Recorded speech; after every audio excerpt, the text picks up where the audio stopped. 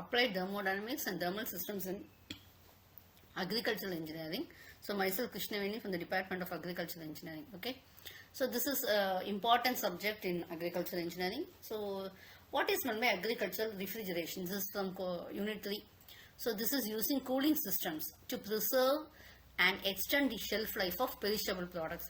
See, fruits and vegetables and dairy, everything it is, when the day passes, it will just degrade. Okay, so we have to have certain perishable products, means you have to store it and preserve it in a certain conditions. Okay, so we are doing it by slowing down the growth of bacteria, and we are also reducing the enzymatic changes, and we try to maintain at optimal temperature.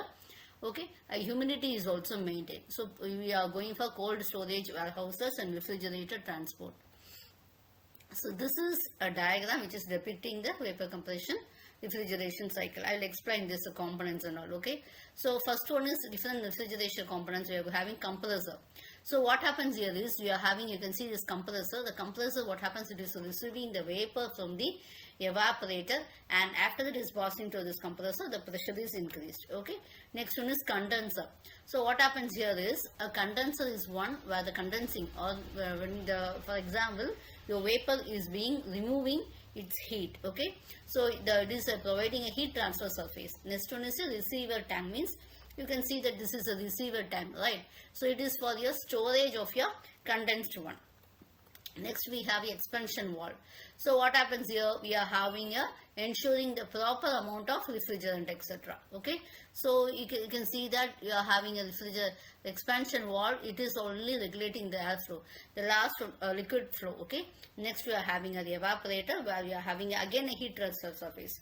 Here what happens, it is again observing the heat from the surroundings and it is converting into vapor. Okay, so this is drawn by this. You can see an example. This is a refrigerating cycle, isn't it? So what happens here, this is -8, here 3 degrees centigrade. We are having a compressor, and these are some condenser coils, okay, into which you are capillary tubes, and these are the evaporator coils. This people would have seen this, isn't it? So this is the cycle which depicts the vapor compression refrigeration one. Okay, so this is processes, and you take it as your compressor, your entropy is constant. Okay, so you got it as W is equal to, the work law is equal to mH2 minus H2. Condenser, what happens here, it is being condensed into liquid, so pressure is constant.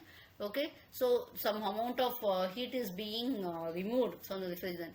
Expansion valve will be H4. Okay, in expansion it is a isentropic process. Evaporator, pressure is again a constant one. So this is COP of refrigerant and also COP of your heat engines. Okay, so this is a diagram which is depicting a DS diagram. You can see that the various process is being represented as a diagram. Okay, thank you.